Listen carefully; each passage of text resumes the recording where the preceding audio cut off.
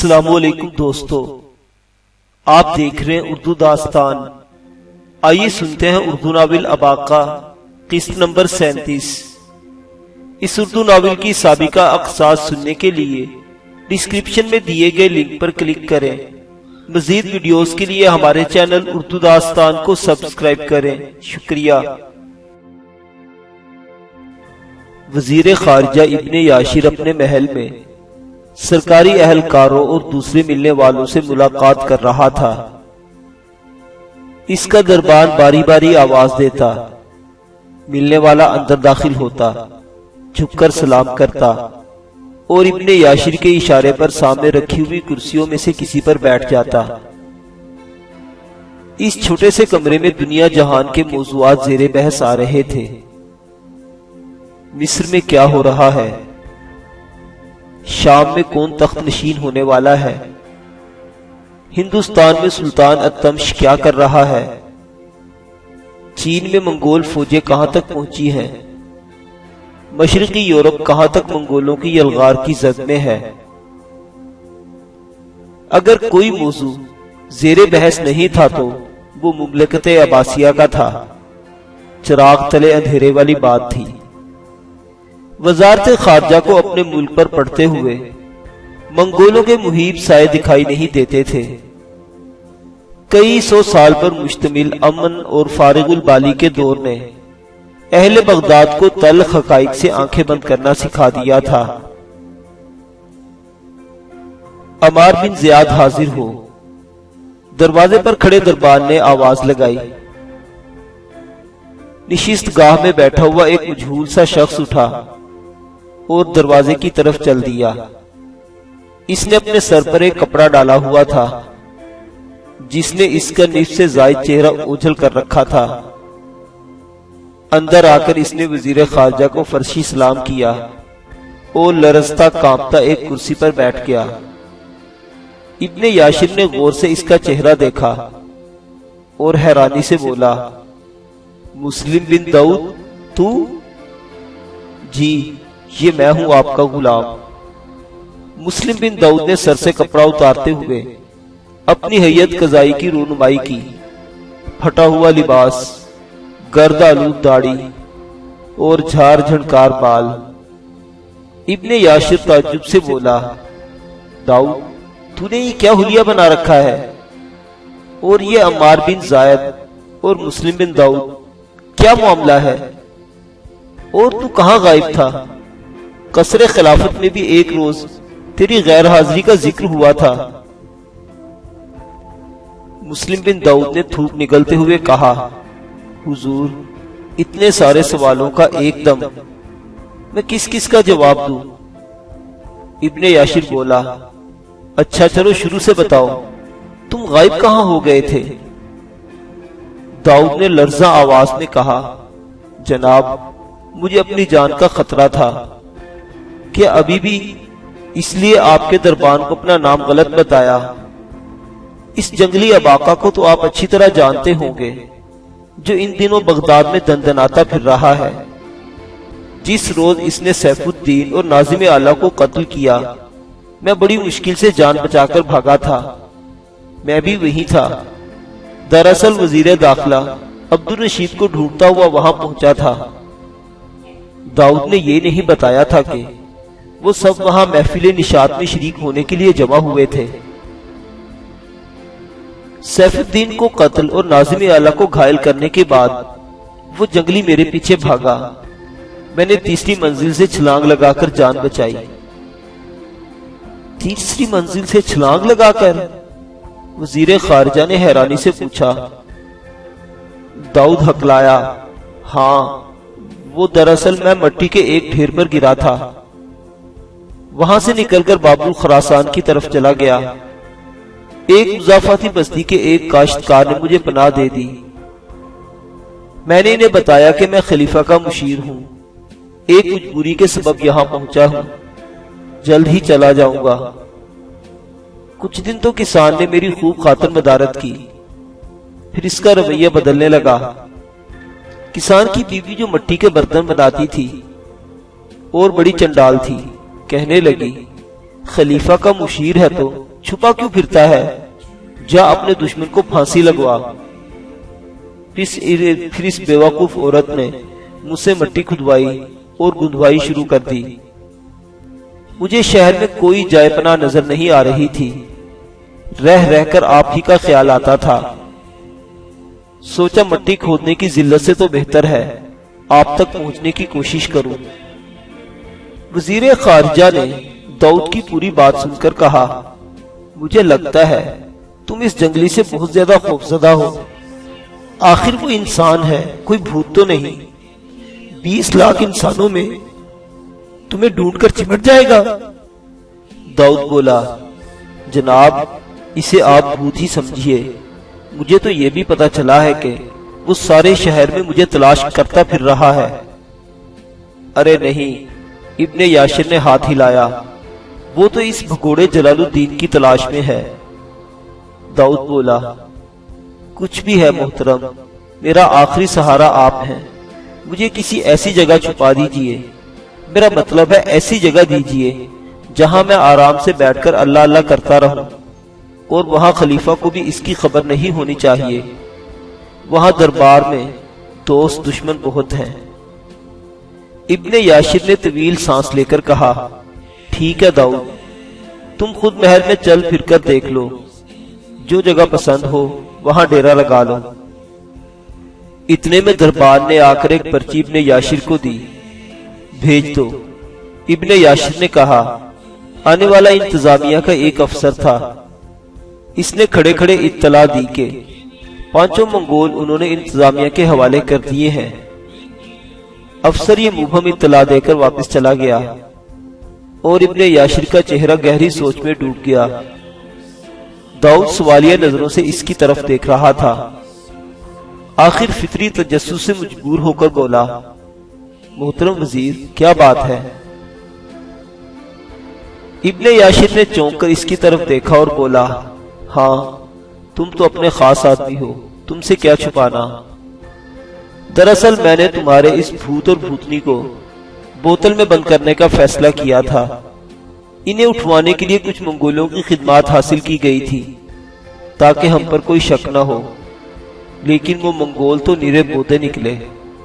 12 آدمی تھے، 7 مارے گئے اور 5 پکڑے گئے۔ اب آقا اور اس کے ساتھی ان کی مشکیں کس کر کوتوال کو پیش کر گئے ہیں۔ تو آپ انہیں اٹھوانے کی فکر میں ہیں؟ داؤد نے پوچھا۔ ہاں، ابن یاشر نے کہا، کیا تمہارے پاس کوئی تجویز ہے؟ نہیں، داؤد کے چہرے پر پھر ہراس نظر آنے لگا۔ مجھے صرف میرا کمرہ دکھا دیجئے۔ 2-3 روز بعد کی بات ہے، وزیر داخلہ ابن یاشر بے چینی سے اپنی خوابگاہ میں ٹہل رہا تھا۔ شب خوابی کا ریشمی چوغا اس کے پیچھے پیچھے ایرانی قالین پر گھسٹ رہا تھا۔ بے خیالی میں وہ بار بار اپنے دائیں ہاتھ کا مکہ بائیں ہاتھ کی ہتھیلی پر مارتا تھا۔ مسلم بن داؤد بلی کی چال چلتا کھڑکی میں آیا اور وزیر خارجہ کو دیکھ کر چونکنے کی اداکاری کرتا ہوا بولا، محترم وزیر، آپ ابھی تک جاگ رہے ہیں؟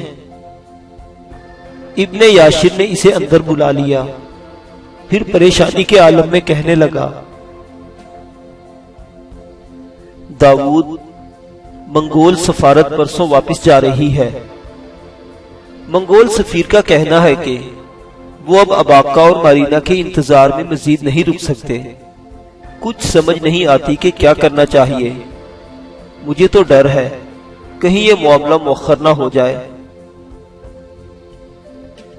داؤد داڑھی کھجا کر بولا، وزیر محترم، دراصل آپ نے اباقہ کی طاقت کا غلط اندازہ لگایا تھا۔ جب آپ 12 غیر فوجی افراد کو اس کی گرفتاری کے لیے بھیج رہے تھے، اگر میں آپ کے پاس ہوتا تو کبھی آپ کو یہ نہ کرنے دیتا۔ آپ اباقہ سے صحیح طور واقف نہیں۔ قراقرو میں مشہور تھا کہ اس کے جنگلی جسم میں شیاطین کا بسیرا ہے، اور یہ پیدائشی طور پر درد سے بے بہرا ہے۔ اس کے کارناموں کی فہرست میں آپ کو نہیں سناؤں گا کیونکہ وہ بہت طویل ہے۔ میں صرف یہ عرض کرنا چاہتا ہوں کہ آپ اس کام کو آئندہ پر نہ ڈالیں۔ ہاں ایسا کریں کہ اباقہ اور مارینہ کے بجائے فی الحال صرف مارینہ کو قراقرم واپس بھیج دیں۔ آپ کے پاس صرف 2 روز کی مہلت ہے۔ اس عرصے میں آپ اباقہ کو زیر نہیں کر سکیں گے۔ اس کے لیے مکمل منصوبہ بندی کی ضرورت ہوگی۔ تم کیا کہنا چاہتے ہو؟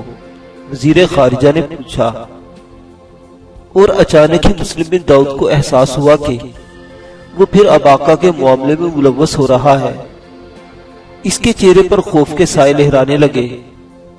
وہ بولا، میں کچھ نہیں کہنا چاہتا، میرا تو صرف یہ مطلب ہے کہ 1 روز میں آپ اباقہ کو قابو نہیں کر سکیں گے۔ جہاں دیدہ وزیر خارجہ جان چکا تھا کہ داؤد کے سازشی ذہن میں کوئی ترکیب ہے، وہ اس کی سازش گری کا معترف تھا۔ یہی وجہ تھی کہ اس نے اسے محل میں رہنے کی جگہ دی تھی۔ اس نے داؤد کو حوصلہ تسلی دے کر دوبارہ منہ کھولنے پر تیار کر لیا۔ داؤد بولا، وزیر محترم، آپ وعدہ کریں اس معاملے میں کسی بھی مرحلے پر میرا نام نہ آئے گا۔ ابن یاشر نے وعدہ کیا۔ داؤد بولا، جناب، آپ ایک سروقت لڑکی اور ایک غلام کا بندوبست کریں۔ لڑکی کا رنگ سرخ و سفید اور غلام کا رنگ سانولا ہونا چاہیے۔ اگر لڑکی بھی کنیزوں سے مل جائے تو زیادہ بہتر ہے، لیکن اس کے بال گھنے اور شہد رنگ ہوں۔ آپ ان دونوں کا انتظام کریں۔ میں وعدہ کرتا ہوں کہ پرسوں منگول سفیر چغتائی خان کی بیوی کو ساتھ لے کر جائے گا، اور اس طرح لے کر جائے گا کہ بغداد انتظامیہ یا حکومت پر حرف تک نہ آئے گا۔ وزیر خارجہ بولا، حرف نہ آنے سے تمہارا کیا مطلب؟ داؤد نے کہا، وزیر محترم، آپ نے بہت احتیاط کی ہے اور منگولوں کے ذریعے اباقہ اور مارینہ کو اٹھوانے کی کوشش کی، لیکن یہ منصوبہ بھی خامی سے یکسر پاک نہیں۔ تھوڑا بہت الزام تو حکومت پر آنا ہی تھا۔ لوگ ضرور کہتے کہ حکومت معزز مہمانوں کی حفاظت میں ناکام رہی ہے۔ بہت سے دانا معاملے کی تہہ تک پہنچنے کی کوشش کرتے، اور اگر ایسی کوئی بات نکل جاتی کہ اس اغوا میں حکومت کا ہاتھ ہے تو شیخ محید الدین کی موت کے بعد دبا ہوا طوفان ایک بار پھر شدت سے نمودار ہو جاتا۔ مسلم بن داؤد اس وقت کافی پرمغز باتیں کر رہا تھا۔ ابن یاشر نے بے تابی سے کہا، ہاں تم اپنا منصوبہ بتاؤ۔ داؤد نے وزیر خارجہ کے ساتھ سر جوڑ لیا اور دھیمے لہجے میں باتیں کرنے لگے۔ اس کی چھوٹی چھوٹی میلی آنکھیں شیطانی جذبوں کی چمک سے روشن تھی، چہرے پر فریب کی لعنت برس رہی تھی۔ وہ بالکل بھول چکا تھا کہ اباقہ نام کا کوئی شخص ہے جو اس کے اعصاب پر آسیب بن کر سوار رہتا ہے۔ آخر میں وزیر خارجہ بولا، داؤد، اگر اس افراتفری میں وہ مر گئی تو بڑا برا ہوگا۔ ہم منگول سفیر کو کیا منہ دکھائیں گے؟ نہیں جناب، داؤد جوش سے بولا، آپ بیکار تردد نہ کریں۔ دیکھو محترم خاتون، سردار یورک کہہ رہا تھا، میں آج تم سے صاف بات کرنا چاہتا ہوں۔ تم اباقہ کے راستے سے ہٹ جاؤ۔ تم جانتی ہو کہ مصائب کے لشکر تمہارے ہم رکاب ہیں۔ تم جب تک اباقہ کے ساتھ رہو گی وہ مشکلوں میں گھرا رہے گا۔ اپنی زندگی اس کے ساتھ وابستہ کر کے تم اس کی زندگی کو بھی روگ لگا دو گی۔ شاید تم یہ بھی جانتی ہو کہ میں اس کی شادی یاکی سے کرنا چاہتا ہوں۔ باپ کی موت کے بعد وہ ایک بے سہارا لڑکی ہے۔ وہ ہر طرح اباقہ کے لائق ہے، لیکن صرف تمہاری وجہ سے اباقہ اسے نظر انداز کرتا ہے۔ میں اور اسد دونوں چاہتے ہیں کہ اباقہ یاکی سے بیاہ کر لے۔ مارینہ خاموش نگاہوں سے سردار یورک کو دیکھتی رہی، پھر باوقار لہجے میں بولی، سردار، تو نے یہ کیسے سوچ لیا کہ میں شادی کے خواب دیکھ رہی ہوں؟ اس غلط فہمی کو دور کر لے۔ میں خود چاہتی ہوں کہ اباقہ اور یاکی ایک بندھن میں بندھ جائیں بلکہ میں خود ان دونوں کی شادی کروں گی۔ سردار یورک بدستور روکھے لہجے میں بولا، محترم خاتون، کیا تمہاری یہاں موجودگی میں اباقہ اس شادی پر رضامند ہو جائے گا؟ ایک مارینہ کی آنکھوں میں آنسو آ گئے۔ وہ ایک شہزادی کے بجائے ایک لاچار اور مجبور عورت دکھائی دینے لگی۔ لرزاں آواز میں بولی، تو سردار، تم مجھے اس گھر سے بھی نکالنا چاہتے ہو؟ مجھے تم سے یہ امید نہ تھی۔ دفتن اباقہ کی آواز آئی۔ وہ سردار یورک کو آوازیں دیتا اسی طرف آ رہا تھا۔ مارینہ رخ پھیر کر جلدی سے دوسرے کمرے میں چلی گئی۔ اباقہ نے سردار یورک کو بتایا کہ وہ اسد کے ساتھ گھڑ سواری کے لیے جا رہا ہے، دوپہر کے کھانے پر واپسی ہوگی۔ ایسی باتیں وہ عموماً مارینہ کو سنانے کے لیے بلند آواز میں کیا کرتا تھا۔ اس نے ادھر ادھر دیکھا لیکن مارینہ کہیں نظر نہیں آئی۔ ہاں، کمرے میں ایک بھینی بھینی خوشبو پھیلی ہوئی تھی۔ شاید کچھ دیر پہلے مارینہ یہاں موجود تھی۔ سردار یورک نے اسے نتنے پھلاتے دیکھا تو جلدی سے بولا، جانا ہے تو جلدی جاؤ، دوپہر کو جاؤ گے تو دوپہر کو کیسے واپس آؤ گے؟ اباقہ سست قدموں سے باہر نکل گیا۔ نہ جانے کیوں آج اس کا دل اداسی سے بھرا ہوا تھا۔ جب اباقہ دروازے کی طرف بڑھا، ایک ادھیڑ عمر خادم ترچھی نگاہوں سے اس کی طرف دیکھ رہا تھا۔ جب اباقہ اور اسد گھڑ سواری سے واپس آئے، سہ پہر ہونے والی تھی۔ ابھی وہ دجلہ کے پل پر ہی تھے کہ ایک عورت بھاگتی ہوئی ان کے گھوڑوں کے سامنے آئی۔ یہ عورت سیف الدین کے گھر سے برآمد ہوئی تھی۔ اباقہ نے دیکھا وہ آصفہ تھی۔ اس نے اباقہ کے گھوڑے کی لگام پکڑ لی اور چیخ کر بولا، اباقہ، کچھ سنا تو نے؟ کیا ہوا؟ اسد اور اباقہ بیک وقت بولے۔ اباقہ، اباقہ تیری مارینہ، آصفہ نے اتنا کہا اور دھاڑے مار مار کر رونے لگی۔ اسد نے اسے شانے سے جھنجھوڑا، کیا کہہ رہی ہیں آپ؟ عورت نے آنسو سے لبریز چہرہ اٹھایا اور بین کرنے والے انداز میں بولی، اباقہ، تیری مارینہ مر گئی، جا اس کی لاش دیکھ لے۔ اباقہ سکتے کے عالم میں کھڑا تھا۔ آصفہ کا ایک غلام آگے بڑھا اور ہاتھ باندھ کر گلوگیر آواز میں بولا، میں خود دیکھ کر آ رہا ہوں آقا، کلثومیہ نہر کے پار ٹیلوں میں اس کی لاش پڑی ہے۔ اباقہ جیسے ہوش میں آیا، پھر گھوڑی کی لگام تڑاک سے غلام کے منہ پر پڑی۔ وہ لڑکھڑا کر پل کے جنگلے سے ٹکرایا۔ اباقہ اور اسد نے ایک ساتھ گھوڑے موڑے اور آندھی کی رفتار سے نہر کلثومیہ کی طرف بھاگے۔ بغداد کی شاہراہوں پر اندھا دھند گھوڑے بھگاتے وہ نہر کلثومیہ پر پہنچے اور اسے پار کر کے نواحی ٹیلوں میں داخل ہو گئے۔ دور سے ہی اباقہ اور اسد کو لوگوں کا ایک ہجوم نظر آیا۔ قریباً 100-150 افراد تھے۔ سب کے سب ایک ہی جانب متوجہ تھے۔ شہر کی جانب سے کچھ اور لوگ بھی گھوڑوں پر سوار اور پیدل چلے آ رہے تھے۔ ہجوم کے قریب پہنچ کر اباقہ اور اسد چلتے گھوڑوں سے اترے اور ایک کھڈ کے کنارے کی طرف بھاگے۔ دونوں نے ایک ساتھ نیچے دیکھا۔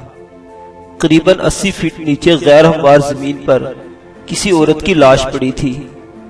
لاش کے گرد کوتوال اور اس کا عملہ موجود تھا۔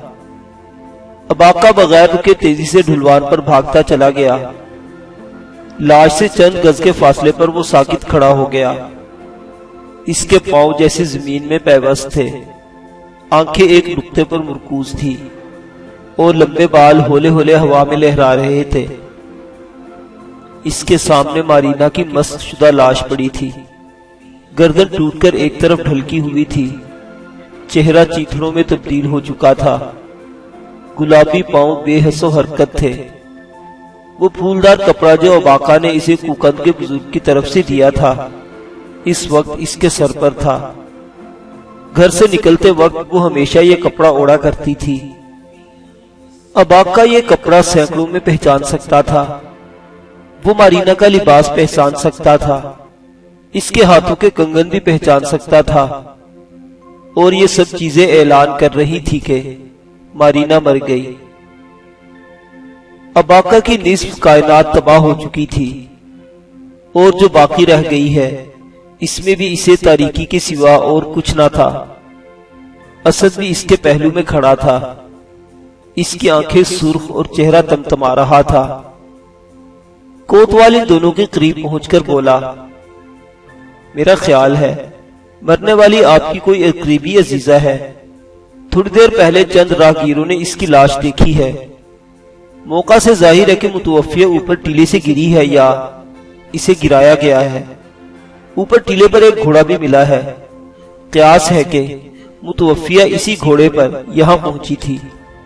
کوتوال کی بات ختم ہوئی تو اباکا نے گھوم کر اسد کی طرف دیکھا، لیکن وہ وہاں موجود نہیں تھا۔ اس نے ادھر ادھر نگاہ دوڑائی۔ اسد تیزی سے چڑھائی چڑھ رہا تھا، اس کا انداز کچھ عجیب طرح کا تھا۔ اباکا بھی اس کے پیچھے گیا۔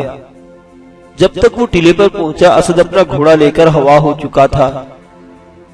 اس کی آخری جھلک سے اباکا نے اندازہ کیا کہ اس کا رخ دجلہ کے مغربی کنارے کی طرف تھا، شاید وہ واپس گھر جا رہا تھا۔ اباکا نے بھی اپنا گھوڑا اس کے عقب میں دوڑا دیا۔ جب وہ اپنی رہائش گاہ پر پہنچا اسے وہاں اسد کا ہانپتا ہوا گھوڑا نظر آیا۔ اس کی توقع کے مطابق اسد گھر ہی پہنچا تھا۔ اباکا نے گھوڑے سے چھلانگ لگائی اور صدر دروازے سے اندر داخل ہوا۔ صحن خالی تھا، کسی اندرونی کمرے سے بلند آواز سے باتیں کرنے کی آواز آ رہی تھی۔ اباکا کمرے کے سامنے پہنچا، اندر جھانکا تو اسد کا غضبناک چہرہ دکھائی دیا۔ اس کے سامنے سردار یورک کھڑا تھا، قریبی یاکی بھی موجود تھی۔ اسد زور سے گرجا، جھوٹ مت بول سردار، صرف تو نے اس معصوم کی جان لی ہے۔ کل تو نے مجھ سے کہا تھا کہ میں مارینہ سے دو ٹوک بات کرنا چاہتا ہوں۔ میں اب اسے اس گھر میں مزید برداشت نہیں کر سکتا۔ اپنے راستے سے ہٹانے کے لیے تو اس کی جان سے کھیلا ہے سردار۔ تو نے اسے قتل کیا ہے، ٹیلے پر لے جا کر دھکا دیا ہے اسے۔ سردار یورک آنکھیں پھاڑے اسد کی طرف دیکھ رہا تھا۔ اسد کا سارا بند غصے سے لرز رہا تھا۔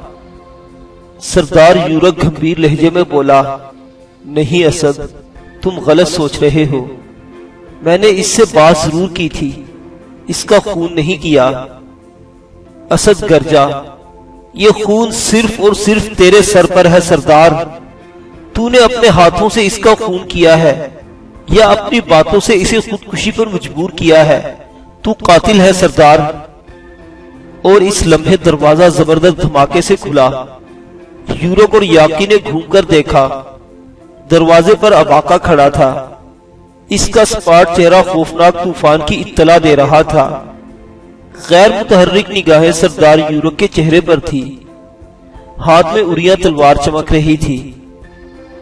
پھر اسد اور یورک نے دیکھا، اباکا کی آنکھوں سے پانی کے دو قطرے ڈھلکے اور استخوانی رخساروں پر پھیل کر نیچے آ رہے۔ اس کی یخ بستہ آواز جیسے کسی غار سے برآمد ہوئی، سردار، تو نے مجھے ہلاک کر دیا اور خود بھی ہو گیا۔ سردار یورک کے چہرے پر چنگیزی خون نے جوش مارا۔ وہ جرأت سے بولا، اباکا ہوش کر، میں تیرا دشمن نہیں۔ اباکا بولا، تجھ سے بڑھ کر روئی زمین پر میرا کوئی دشمن نہیں۔ یورک نے اباکا کو آگے بڑھتے دیکھا تو ایک قدم پیچھے ہٹ کر تلوار کے دستے پر ہاتھ رکھ دیا۔ اباکا، میں جانتا ہوں میں تجھ سے جیت نہیں سکتا، لیکن تیرا یہ بوڑھا ساتھی اتنا کمزور نہیں ہے۔ کیا ہوا؟ اگر اس کے ایک ہاتھ کا نصف حصہ تیری محبت میں قربان ہو چکا ہے، اس کا دوسرا ہاتھ تو سالم ہے۔ پھر یورک نے ماہرانہ انداز میں تلوار نیام سے باہر کی۔ اسد تیزی سے اباکا کے سامنے آیا، لیکن اباکا نے اسے کوہنی کے ساتھ زور سے دھکا دیا اور یورک پر پل پڑا۔ دونوں کی تلواریں یکساں رفتار سے ٹکرائی اور یاکی چلاتی ہوئی دروازے کی طرف بھاگی۔ پلک جھپکتے میں کمرہ میدان جنگ بن گیا۔ پھر اباقہ کا دھکا کھا کر یورک ایک کھڑکی سے ٹکرایا اور اسے توڑتا ہوا باہر جا گرا۔ اباقہ چنگھاڑ کے ساتھ اس کے پیچھے لپکا۔ تلواریں ایک بار پھر جنونی انداز میں ٹکرائی۔ اب وہ اباقہ اور یورک نہیں تھے۔ ایک طرف صحرائے گوبی کا ایک جنگجو قبیلے کا کہنہ مشق سالار تھا اور دوسری طرف کوہ التائی کا وحشی دیوانہ۔ صورتحال ایسی تھی کہ اسد کچھ نہیں کر پا رہا تھا۔ اگر وہ اباقہ یا یورک میں سے کسی ایک کے تھامنے کی کوشش کرتا تو دوسرا اس موقع سے فائدہ اٹھا کر وار کر جاتا۔ دونوں میں گھمسان کا رن پڑ گیا تھا۔ ساتھ ساتھ وہ دونوں کو روکنے کی بچائی بھی کر رہا تھا۔ وہ جانتا تھا اگر تھوڑی دیر اور گزر گئی تو یورک اباقہ کی تلوار سے جام بر نہ ہو سکے گا۔ اسے اباقہ کے سامنے سے ہٹانا ضروری تھا۔ پھر دفتن اسے موقع مل گیا۔ وہ نیچے جھکا اور اس نے سردار یورک کو دھکا دے کر ایک کھلے دروازے سے باہر نکال دیا۔ اس سے پہلے کہ اباقہ اس پر جھپٹتا، اسد نے پھرتی سے دروازہ بند کر دیا۔ اب یورک دروازے سے باہر اور اباقہ اندر تھا۔ اسد بازو پھیلا کر اباقہ سے لپٹ گیا۔ اس دن اسے صحیح معنوں میں اباقہ کی وحشیانہ طاقت کا اندازہ ہوا۔ اسے لگا جیسے وہ ریت کے بند سے منہ زور پانی کو روکنے کی کوشش کر رہا ہے۔ اباقہ اس کے توانا ہاتھوں سے نکل جا رہا تھا۔ اسد نے حیرت سے گم کھڑے ملازموں کو آوازیں دی اور کوئی 6 عدد ملازم اباقہ سے لپٹ گئے۔ چھوڑ دو، چھوڑ دو، وہ چلا رہا تھا۔ دوسری طرف دروازے سے باہر سردار یورک اباقہ کو للکار رہا تھا، لیکن اس نے دروازہ توڑنے یا پیٹنے کی کوشش نہیں کی تھی۔ کچھ دیر اس کی للکاریں سنائی دیتی رہی، پھر ایک دم وہ خاموش ہو گیا۔ پتہ نہیں وہ چلا گیا تھا یا اسے کوئی وہاں سے لے گیا تھا۔ اباقہ کو روکنا اب ناممکن ہو رہا تھا۔ پھر وہ 6-7 آدمیوں کے نرغے سے نکل کر تیر کی طرح دروازے کی طرف لپکا۔ دروازہ کھول کر وہ باہر آیا تو یورک کا دور دور تک پتہ نہیں تھا۔ اسد کا گھوڑا بھی دکھائی نہیں دیتا تھا۔ اسد نے اباقہ کو گھوڑے کی طرف لپکتے دیکھا تو ایک بار پھر اسے تھام لیا۔ سنو اباقہ، وہ چلا کر بولا، جلد بازی ٹھیک نہیں، ہمیں کچھ سوچنا چاہیے۔ ہو سکتا ہے اصل مجرم کوئی اور ہو، اور یہ بھی ہو سکتا ہے کہ وہ مارینا کی لاش ہی نہ ہو۔ اس کا چہرہ تو کچلا ہوا تھا۔ لیکن اباقہ نے اس کی آواز جیسے سنی ہی نہیں۔ وہ اسد کو گھسیٹتا ہوا صدر دروازے کی طرف بڑھ رہا تھا۔ پھر اس نے خود کو چھڑایا اور جست لگا کر اپنے گھوڑوں پر سوار ہو گیا۔ اس کے ہاتھ میں ننگی تلوار تھی۔ اس کا چہرہ بتا رہا تھا کہ اگر آج یورک اسے مل گیا تو یہ اس کی زندگی کی آخری شام ہوگی۔